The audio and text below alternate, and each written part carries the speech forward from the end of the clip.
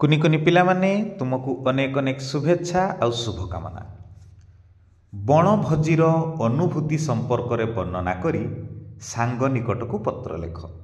पिला माने तुमे माने विभिन्न स्थान को पिकनिक कहले बणभोजी करिया को जाई थाओ। सेही बणभोजीर अनुभूति संपर्क रे सांग निकट को पत्र लिखिबा। तुम परीक्षा रे ए सब पत्र लिखिबा गोटे भल साहाय्य करिवो। तेबे निवेदन करी भिडियोटी को आरंभ शेष पर्यंत निश्चित देखिवो। प्रथमे कौन लिखिबा पिला माने मो प्रिय सांग स्निग्धा तुमे तुमर सांगर नाम लिखिवो। डाहाण पटे जेउ स्थानरु तुमे चिठीटी लेखुच सेही स्थानर नाम एवं चिठी जेउ दिन लिखिवो सेही दिनर तारीख लिखिवो। ता तळकु प्रथम पाराग्राफ आरंभ करिवो। मोर शुभेच्छा ग्रहण करिवो। मौसा माउसी को मोर प्रणाम जणाई देबो। सान मानकु मोर स्नेह देव। तुम चिठी पाइली पढ़ी बहुत खुशी हेली। मो बणभोजी अनुभूति संपर्क रे तुमे जानिबा को चाहुअछ ताहा मु निम्न धाड़ी गुड़िक वर्णना करुछि। गत नवेम्बर मासरे आम सरकारी उच्च प्राथमिक विद्यालय वेदव्यास तरफरु मोट 60 जन पिला 5 जन शिक्षक शिक्षयित्री सहित कपिलास जाइथिलु। पूर्व दिन राति 9टारे आमे प्रस्तुत होई एक आरामदायक बस रे बाहरिलु। निज निज साथी रे शीत वस्त्र किछि सुखिला खाद्य पानी इत्यादि धरिथिलु। बस रे गला बेले आमे पिला माने अंताक्षरी कार्यक्रम करिथिलु। राति रे सोई भोर भोर ढेंकानाल जिलार कपिलास रे पहुंचिलु। एही भली पिला माने तमे केउठारु जाइथिलो केबे जाइथिलो केते जण जाइथिलो केमिति जाइथिलो चिठी रे उल्लेख करिवो। द्वितीय पैराग्राफ को जिबा।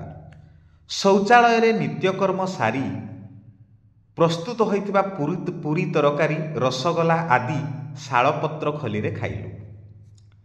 1352 पहाच चढ़ी कपिलास मंदिर रे चंद्रशेखर को दर्शन कलु। मंदिर बेढ़ा बुली सारी हरिण देखिबा निमंते निकटस्थ पार्क को जाइथिलु। महिमा धर्म प्रचार स्थान जरंदा भ्रमण कलु। ठीक दिन गोटाए समय रे मध्याह्न भोजन निमंते बसिलु। भात पोलाओ पायस पांपड़ छतु सालाड पनीर आदि भड़ी की भड़ी खाद्य आनंद रे खाइलु। टिकिए समय विश्राम नहीं संगीत चौकी खेल खेलिलु। ठीक अपराह्न 5टा समय रे आमे बस रे चढ़ी घर को फेरिलु। भोर भोर विद्यालय रे पहुंची गलु। सबु पिलांको अभिभावक तांको पिलांकु नेबाकु आसीथिले। तुमे से पिकनिक स्पॉट रे बा बणभोजी करुथबा स्थान रे केते बेले पहुंचिलो केमिति काम आरंभ कलो केउठी केउठी बुलिलो कौन सबु खाद्यर आयोजन होइथिला आउ सबु कौन आनंददायक काम होइथिला से सबु मध्य तुमको चिठी रे लिखिबाकू पड़िबो।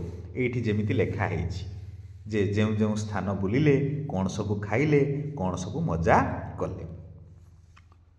सतरे से दिनर बणभोजी बहु आनंददायक थिला। से स्थानर किंबदंती संपर्क रे ज्ञान बढ़िला।